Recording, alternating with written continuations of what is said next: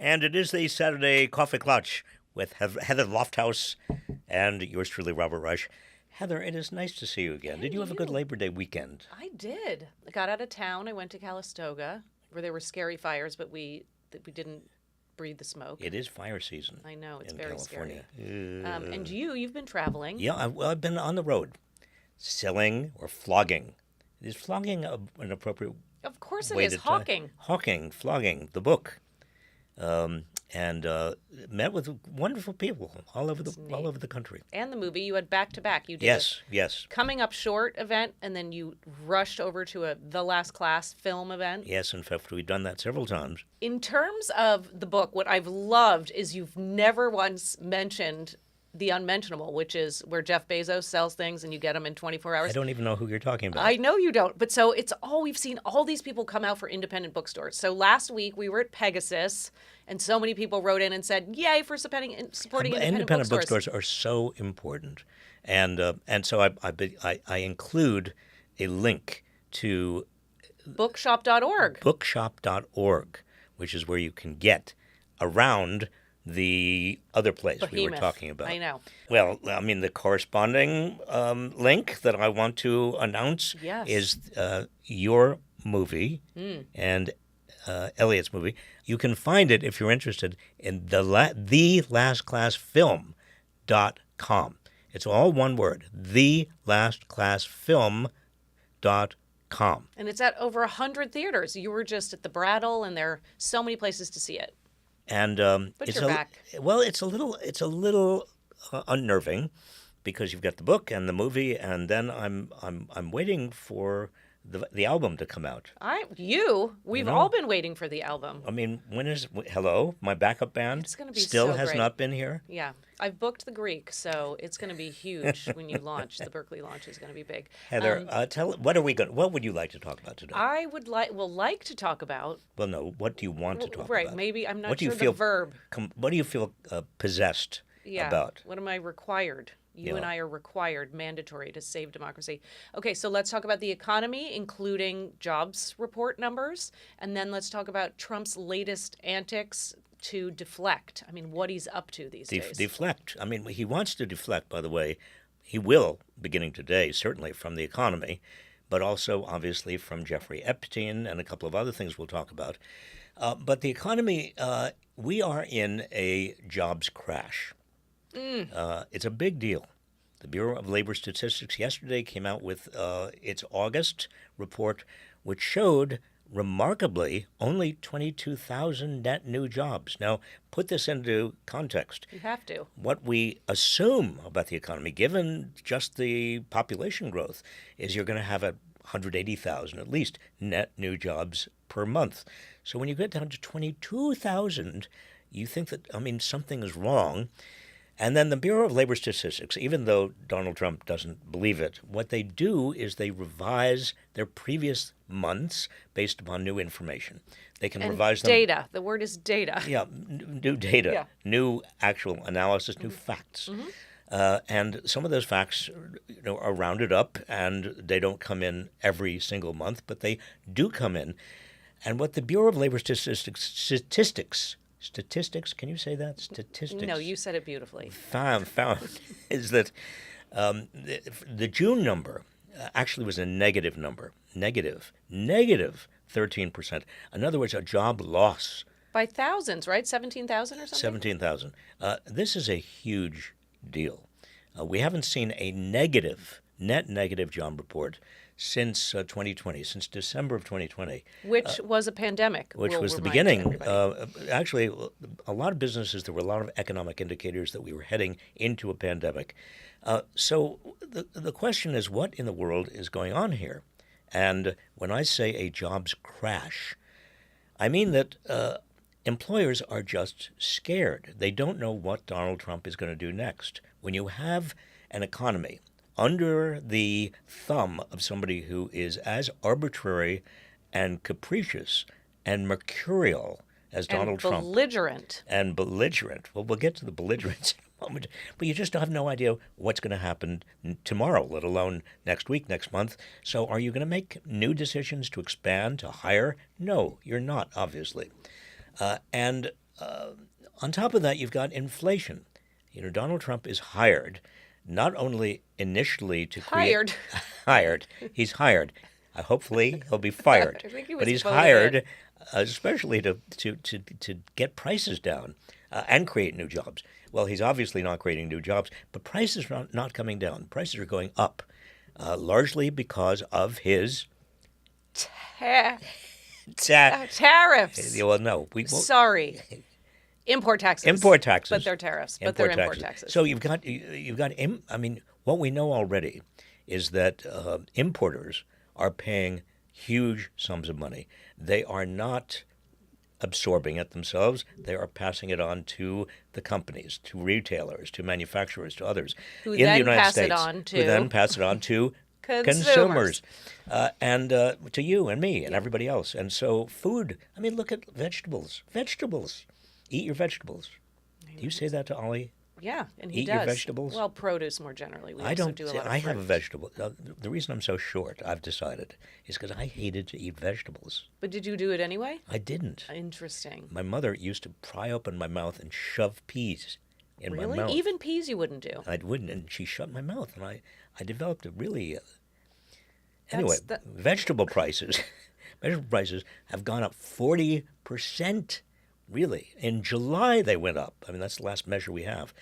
And it's true. Electricity is rising faster, twice as fast as inflation. So you've got all of these prices going up very fast, and you have job growth at almost nothing.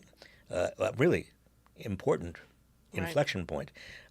Trump is blaming the Fed's inability or unwillingness to lower interest rates for the lack of job growth. But the Fed doesn't want to lower interest rates if you have inflation on the horizon, obviously. Right. So And stagflation is a worry, but he blames Jerome Powell specifically he over blames and over and over again.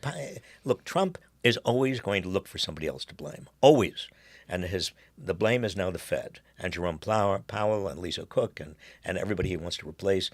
And the head of BLS, and I mean, pick it. But the reality here is that this economy is Donald Trump's economy. He can no longer blame Joe Biden. Yep. He now runs the economy. It's his tariffs. There were no tariffs to speak of before Donald Trump. He came up with a whole cockamamie tariff regime. What is the average going to be? 18, 19%? I mean, it's very high. It's very high. It's bigger than we all even thought that he would do. Yeah, and that means that we're all paying that import tax, everybody. And it's a much larger tax on lower income people, it gets me to the last point in terms of the economy, and it's very important. We are dealing really with a two-tiered economy. We have people who are doing very well, who are earning hundreds of thousands a year, and they are, given the stock market, they are fine. But if you are earning what a typical family is earning, 60, 70,000, you really are struggling. In fact, there was a clip somebody showed me. Oh, yeah. Of McDonald's. The McDonald's CEO. Can we see that? It's so good. Because you said this. I think he's copying you. Particularly with middle and lower income consumers, they're feeling under a lot of pressure right now. I think there's a lot of commentary about what's the state of the economy, how's it doing, and what we see is it's really kind of a two-tier economy. If you're upper income, earning over $100,000, things are good. What we see with middle and lower income consumers is actually a different story. It's that consumers under a lot of pressure. In our industry, traffic for lower income consumers is down double digits. And it's because people are either choosing to skip a meal, so we're seeing breakfast. People are actually skipping breakfast, or they're choosing to just eat at home. So I thought it was really interesting, Heather, that you get the CEO of McDonald's, saying that he has got to deal with the fact that most of his customers are in deep economic doo-doo. Yeah. It's the economy is between the jobs crash and inflation, prices going up, and this two-tiered inequality widening. We're in a terrible, terrible economy. It's terrible. And all the deflection that's happening is fascinating. So I like to follow this guy, Aaron Rupar. Do you ever follow him? He puts up just clips of things. lots of Trump, lots of the regime, different people in the regime.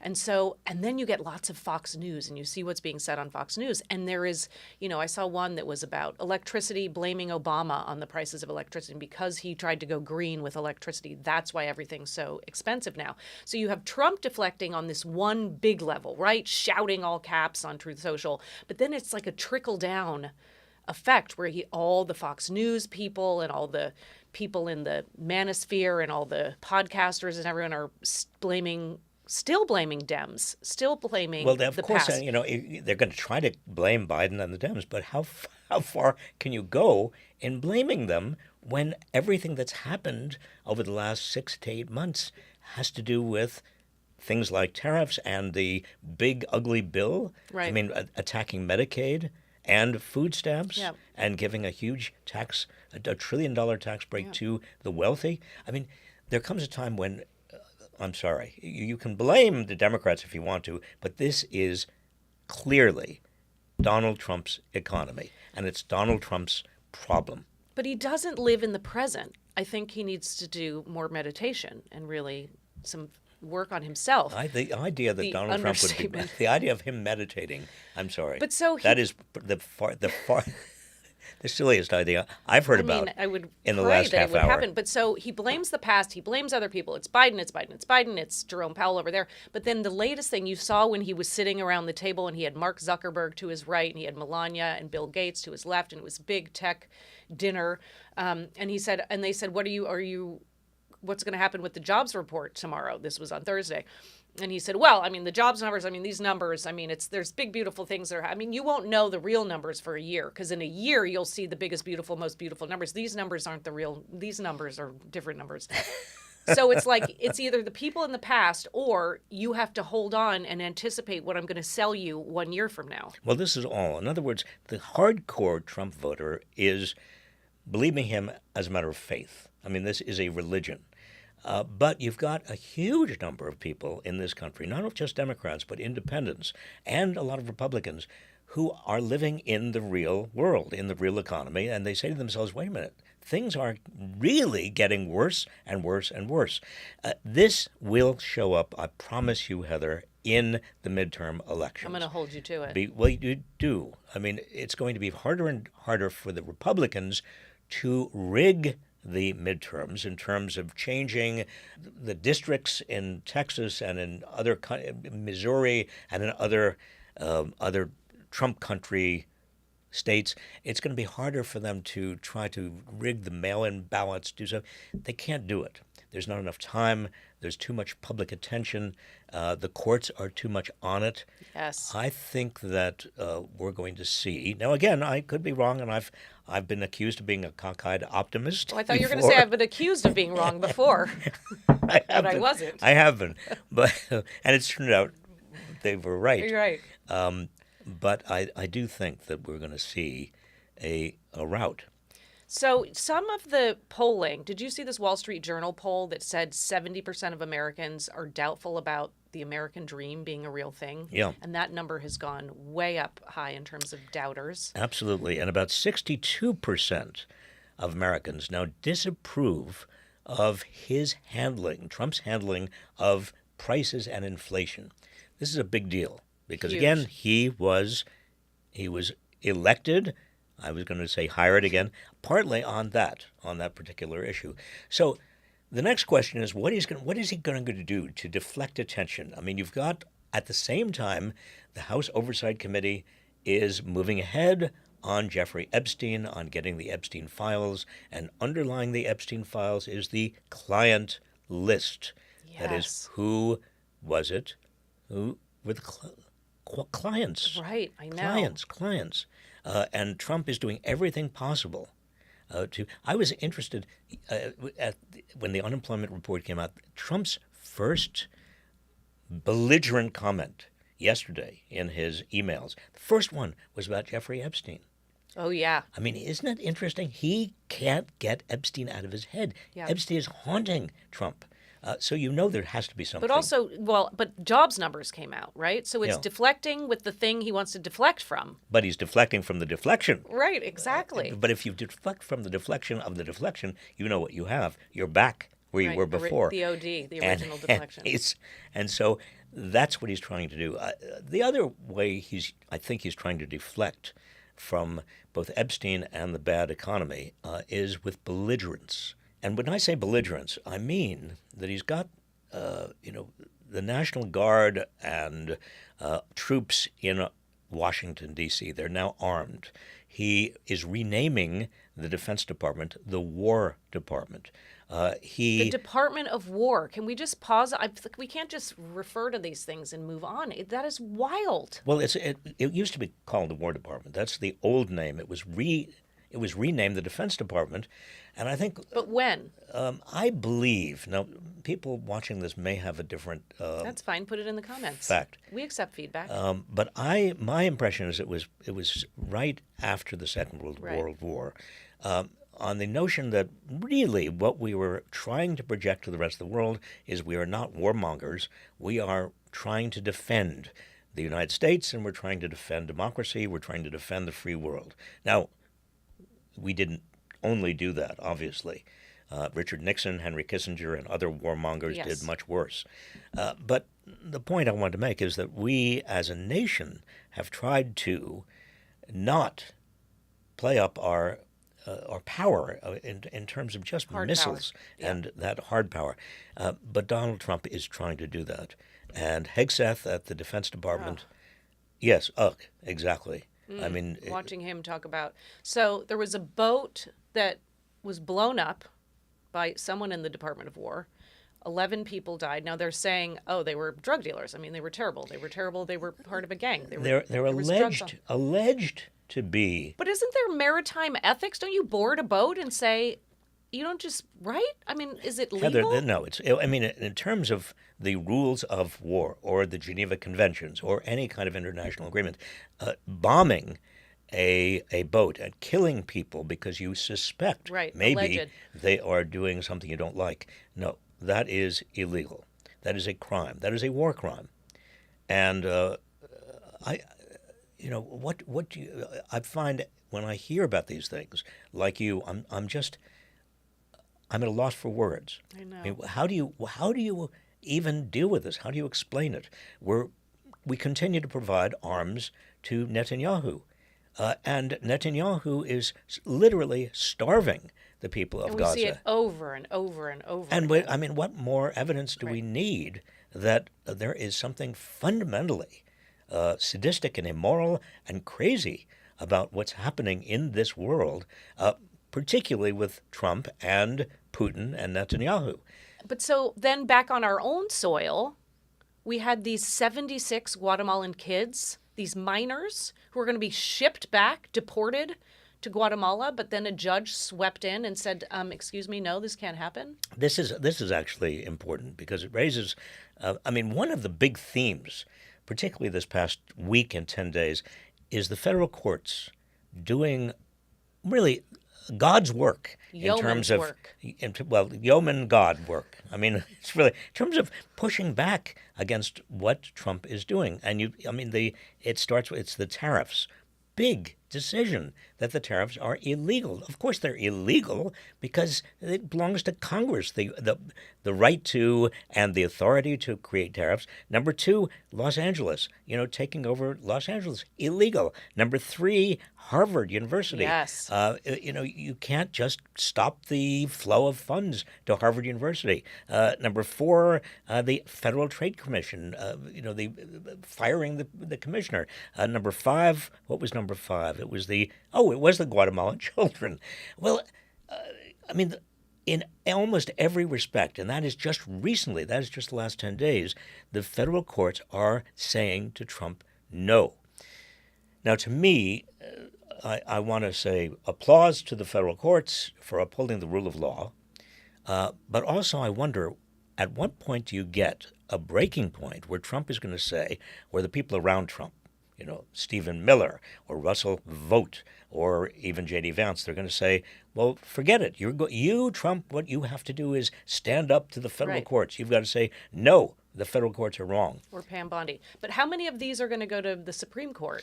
Well, some of them, I think that the Trump administration and the Justice Department will take them up to courts of appeals and then try to get to the Supreme Court.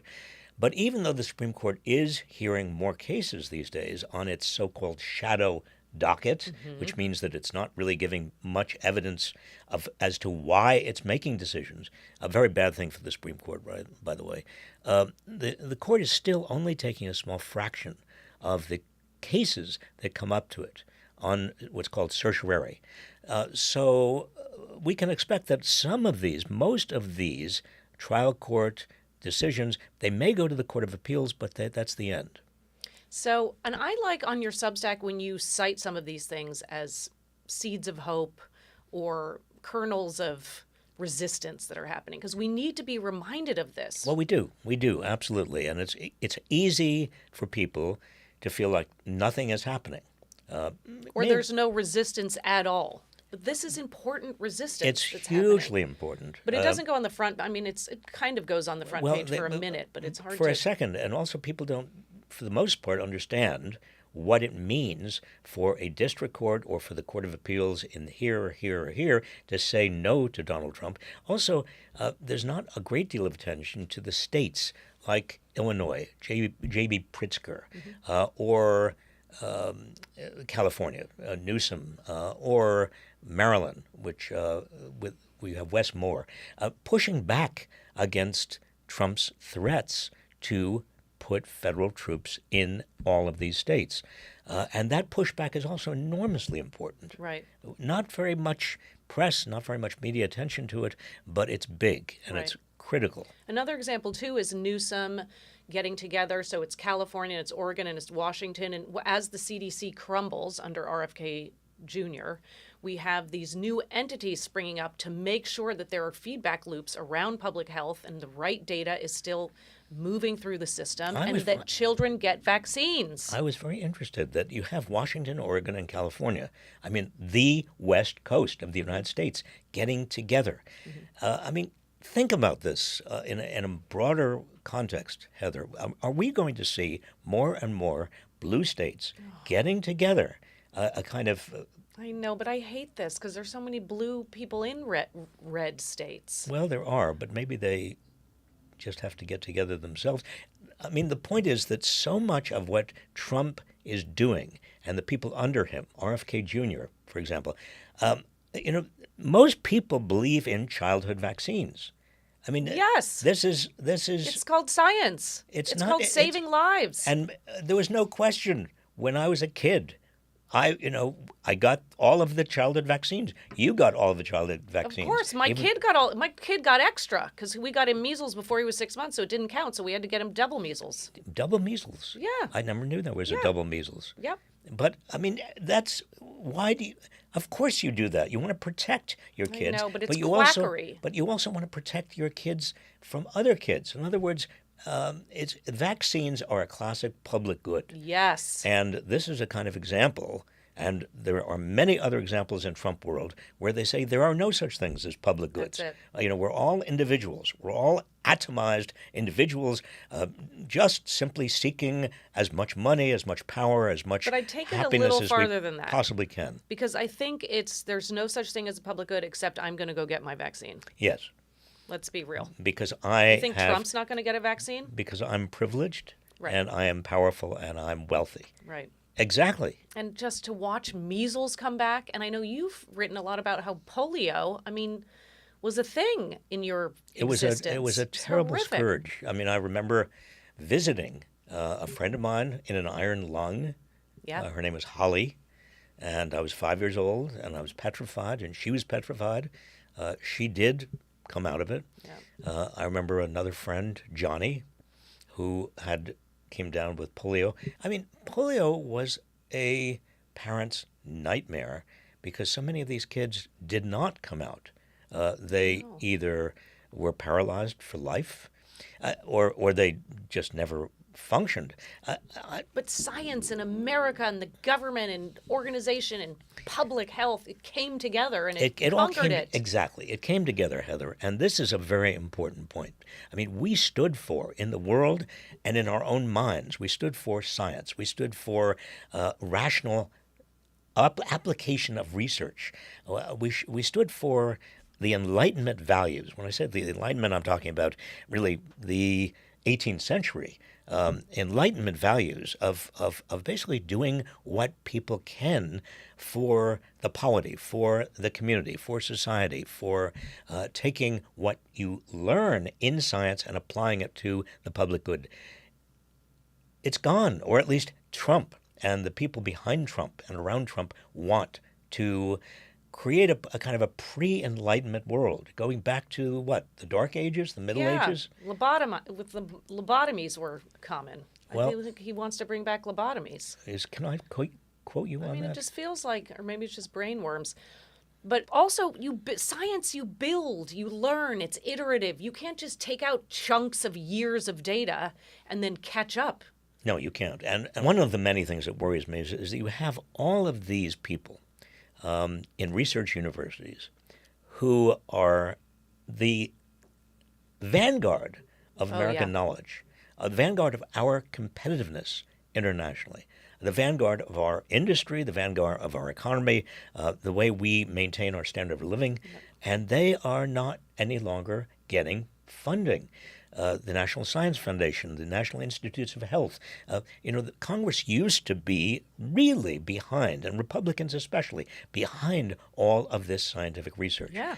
I remember from the 1950s with Sputnik. Mm-hmm. We had a Soviet Union that was competing with us, and we had to invest in science or they would, as Khrushchev said, they would kill us. They would, they would eat our lunch. And we had American scientists, and we attracted scientists from all over the world to come here and build it here and do it here because of all of our resources and all of our tenacity. And this is now being eaten away and undermined by Donald Trump and people around him. J.D. Vance is, to me, one of the evil forces here, because J.D. Vance for years has been saying American higher education, these big research institutions of higher education, they are our enemies. Now, what is he talking about, enemies? Enemies? I know. Says the guy who went to Yale. Well, it's not only hypocrisy. It's also a kind of a small-mindedness in which he's worried about ideology. Mm-hmm. Yeah. And control. And the assumption is that somehow universities are places where left-wing ideology is born or coddled or generated. There's another way of putting that. You could say that universities are places where understanding, science, broad-mindedness, a kind of worldview is cultivated. Right, and thrives. But this is all another attempt. And what we're doing today, and I didn't know we were going to do this, but it's interesting, and thank you. I know, I was thinking the same. We're exploring what is actually behind Trump's deflections. And I started this conversation thinking, well, he wants to deflect attention from Jeffrey Epstein and also now the bad economy. But what you are suggesting is that he wants to deflect attention from really modernity, which is much more profound. And depressing. I mean, that is wild. It is wild. What is he's able to accomplish or almost accomplish or... Well, he's casting doubt in a lot of people's minds about... We see it in the polls. About facts and data and analysis and science and truth. And that's what a democracy depends on. That's what And that's what dictators depend on, people having that doubt. Exactly. But you do see in the polls that people aren't thrilled with him. I mean, we've said this. So he's doing this, and his serious base is still behind him. Well, this is important. And I think that we have to continue to remind ourselves that we are in the majority, that most Americans don't like what he's doing. Most Americans don't want an attack on immigrants, don't want an attack on science, don't want an attack on children, don't want to be as sadistic as he and the people around him are. And don't want to listen to RFK Jr. saying, we don't need the vaccines. That's really good. Heather, that is Was fabulous. that good? It was really good. I had it inside me. I was like, let's try Oh, it. it's fabulous. Thank you for that. There. Sorry. It's good. It's great. I think there is reason, and I think it is rational to be not optimistic. I mean, I think that optimism itself may not be called for now, but at least not to despair, not to feel hopeless, not to feel certainly lonely. But that's one of the reasons we all keep coffeeing with you. Yes. And and you. Well, me. Well, I we keep coffee coughing- with me too, I but keep I coughing show up. with you. I Yes. show up for you, and you can show up for me, and we all show up for everyone. But it's thank you for reminding us not to give in to despair. Well, we to mustn't. remember the courts, to remember science. Well, remember the courts and science and the states that are pushing back, and most Americans pushing back. It is very. Let me just say this: it is very easy in this crazy environment we're in, when flooding the zone, which is what Trump is doing, basically overwhelming us with initiatives every day that make us feel like we are going crazy, that the world is upside down. It is very important that we understand and continue to understand that we are in the majority and that rational thought, and not only rational thought, but decency, social justice, the rule of law, these basics are shared not just with you and the two of us, but with the majority of Americans and majority of people around the world. We are now suffering the consequences of Vladimir Putin and Netanyahu and Donald Trump and a few other dictators around the world who are having a heyday. They are having just a playing field to themselves.